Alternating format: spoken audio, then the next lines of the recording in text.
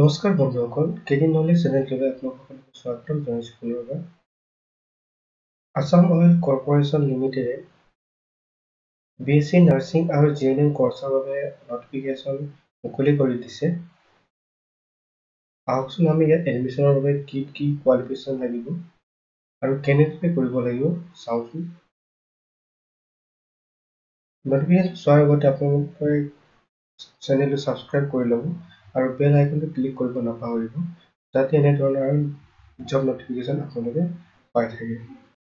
দিয়া আছে, Indian oil corporation limited has release nursing admission 2021 notification out কৰি দিছে। এইটো আপোনালোকৰ একাডেমিক ছেশ্যন হ'ব 2021 আৰু 2022 বাবে। ইয়াত আপোনালোকৰ কোৰ্চ হৈছে BSc নাৰ্ছিং আৰু ইয়াত আপোনালোকৰ কোৰ্চ হৈছে BSc nursing and GNM course. তলত চাওঁ আহক, ইয়াত নেম অফ ইনষ্টিটিউটৰ নাম হৈছে আপোনালোকৰ আপোনালোকৰ ইনষ্টিটিউটৰ নাম হ'ব Assam oil college of nursing and Assam oil school nursing. আৰু এই দুটা আপোনালোকৰ কোনটো ইউনিভাৰ্চিটি আণ্ডাৰ আছে আপোনালোকৰ Srimanta Sankardev university of health science Guwahati, এই ইউনিভাৰ্চিটি আণ্ডাৰ আৰু এই দুটা স্কুল আৰু কলেজ অন্তৰ্ভুক্ত। টোটেল চিট আছে আপোনালোকৰ GNMৰ বাবে 30টা আৰু BSc নাৰ্ছিঙৰ বাবে 30টা। আৰু তলত দিয়া আছে BSc নাৰ্ছিঙৰ বাবে টোটেল পোষ্ট চাওঁ আহোঁ, 30 চিট আছে BSc নাৰ্ছিঙৰ বাবে। ইয়াৰে আনৰিজাৰ্ভ কেটেগৰীত আছে আপোনালোকৰ 14টা আৰু EWS কেটেগৰীৰ বাবে 3টা পোষ্ট আৰু SC কেটেগৰীৰ 2টা পোষ্ট, ST কেটেগৰীৰ 3টা আৰু OBC কেটেগৰীৰ 8টা post reservation category. Unreserved total হৈছে আপোনাৰ 14টা আৰু বাকী EWS 3টা, SC 2টা, ST 3টা আৰু OBC 8টা পোষ্ট ৰিজাৰ্ভেশ্যন আছে আপোনালোকৰ। ঠিক তেনেদৰে GNMৰ বাবে টোটেল চিট আপোনালোকৰ 30টা। ইয়াৰে টোটেল দিয়া হৈছে 14টা আনৰিজাৰ্ভ, EWSৰ বাবে 3টা, SCৰ বাবে 2টা, STৰ বাবে 3টা আৰু OBCৰ বাবে 8টা পোষ্ট। কোৰ্চৰ বিৱৰণ চাওঁ আহক। টোটেল ডিউৰেশ্যন কোৰ্চ হৈছে আপোনালোকৰ BSc নাৰ্ছিঙৰ বাবে আপোনালোকৰ 4 বছৰ হ'ব। BSc নাৰ্ছিং আপোনালোকৰ 4 বছৰৰ কাৰণে হ'ব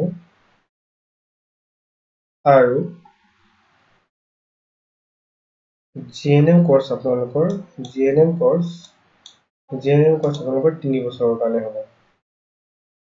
3 বছৰ আপোনালোকে পঢ়িব লাগিব GNM আৰু BSc নাৰ্ছিং 4 বছৰ।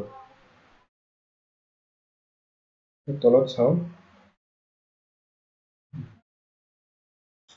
ইয়াত আপোনালোকৰ এডুকেশ্যন কোৱালিফিকেশ্যন লাগিব। BSc নাৰ্ছিঙৰ বাবে আপোনালোকৰ ক্লাছ 12ত SSLCত আপোনালোকে ফিজিক্স, কেমিষ্ট্ৰি আৰু বায়'লজি এই 3টা ছাবজেক্টত আপোনালোকে পাছ কৰা হ'ব লাগিব আৰু minimum aggregate 50% mark general, EWS আৰু OBC category, general economic weaker section আৰু OBC কেটেগৰীৰ বাবে আপোনালোকৰ 50% মাৰ্ক পোৱা হ'ব লাগিব আৰু SC, ST, PW কেটেগৰীৰ পৰা আপোনালোকৰ 45% মাৰ্ক হ'লে এডমিশ্যন কৰিব পাৰিব। আৰু জেনেৰেল GNMৰ কাৰণে আপোনালোকৰ এইটো 12 পাছ হ'ব লাগিব উইথ ছায়েন্সত ফিজিক্স, কেমিষ্ট্ৰি এণ্ড বায়'লজি, এই 3টা ছাবজেক্ট আপোনালোকৰ থাকিব লাগিব। ফিজিক্স, কেমিষ্ট্ৰি আৰু বায়'লজি থাকিব, এইবোৰ থাকিব লাগিব আপোনাৰ GNMৰ কাৰণে। আৰু আৰ্টছৰ বাবে mathematics, biotechnology, economics, political science, history, geography, business studies, accountancy, home science, sociology, psychology, philosophy and English এইকেইটা আৰ্টছৰ বাবে থাকিব লাগিব। এইবোৰ থাকিলে আপোনালোকে আৰ্টছৰ ষ্টুডেণ্টসমূহ এডমিশ্যন কৰিব পাৰিব।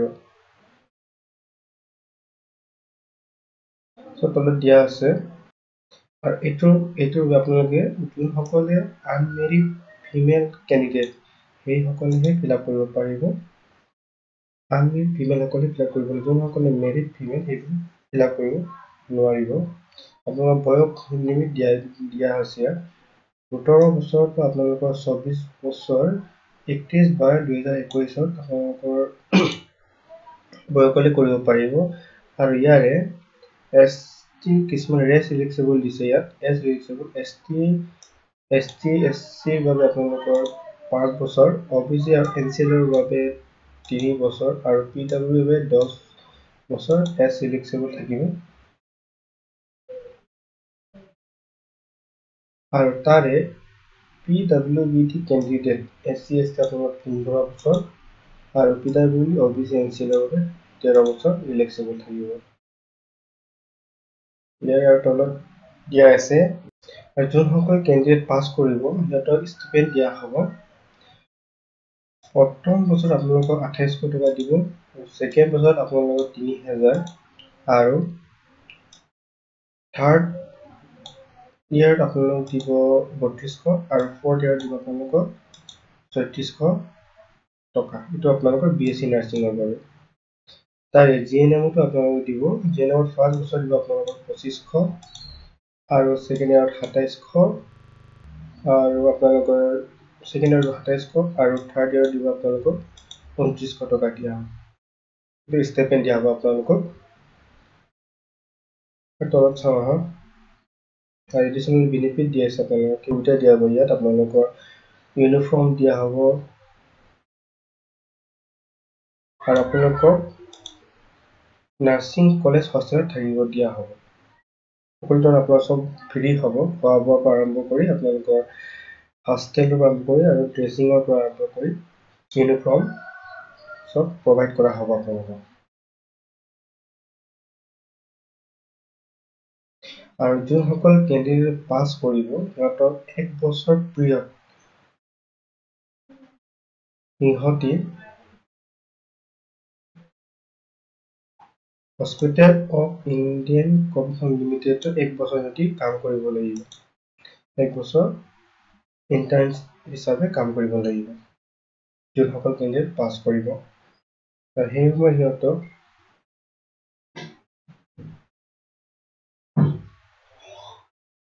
আৰু সিহঁতক ২ বছৰ এক্সটেণ্ডো কৰিব আৰু সিহঁতি এংগেজ কৰি সময়ত সিহঁতক GNM দিয়া হ'ব, ষ্টিপেণ্ড দিয়া হ'ব। GNMক আপোনালোকক ১৫,২৫০ টকা ষ্টিপেণ্ড দিয়া হ'ব তাতে কাম কৰা সময়ত, মানে ইণ্টাৰ্ণ কৰা সময়ত। আৰু BSc নাৰ্ছিঙক ১৬,২৫০ টকা দিয়া হ'ব। তাৰ এডিশ্যনেল আপোনালোকৰ এমাউণ্ট পেইড কৰা হ'ব আপোনালোকৰ হস্পিটেলৰ পৰা ১,০০০ টকা পাৰ মান্থ দিয়া হ'ব। তেওঁলোকে ইম্পৰ্টেণ্ট ডেট দিয়া আছে ইয়াত। আৰু ষ্টাৰ্টিং ডেট আপোনালোকৰ ষ্টাৰ্টিং ডেট ইয়াত দিয়া হৈছে ২১ তাৰিখ ১১/মাহ/২০২১। অনলাইন ফৰ্ম ষ্টাৰ্ট হ'ব ইমান তাৰিখে আৰু লাষ্ট ডেট আপোনালোকৰ ৫/১২/২০২১ তাৰিখে লাষ্ট ডেট। ইয়াৰে ৰিটেন টেষ্ট আপোনালোকৰ হ'ব ১২ তাৰিখে ২০২১ তাৰিখে আৰু ৰিজাল্ট আপোনালোকৰ আউট হ'ব ১৭/১২/২০২১। তাৰ পাছত ইয়াত দি আছে ডেট অফ ডকুমেণ্ট ভেৰিফিকেশ্যন। আপোনালোকৰ ২ দিন সময় দিছে ইয়াত ২০ আৰু ২১ ডিচেম্বৰত আপোনালোকৰ ডকুমেণ্ট ভেৰিফিকেশ্যন হ'ব। এডমিশ্যন হ'ব আপোনালোকৰ ৩১/১২/২০২১ আপোনালোকৰ এডমিশ্যন হ'ব। আৰু আপোনালোকে এপ্লাই কৰিবৰ কাৰণে মই ডেছক্ৰিপশ্যন লিংক দি দিছোঁ অনলাইন ফৰ্ম, আপোনালোকে ক্লিক কৰি অনলাইন এপ্লাই কৰিব পাৰিব। ধন্যবাদ থাকিল। ভিডিঅ'টো যদি আপোনালোকৰ সহায় হৈছে তেন্তে ছাবস্ক্ৰাইব আৰু লাইক কৰিব নাপাহৰিব আৰু ভিডিঅ'টো শ্বেয়াৰ কৰিব নাপাহৰিব। ধন্যবাদ। ধন্যবাদ।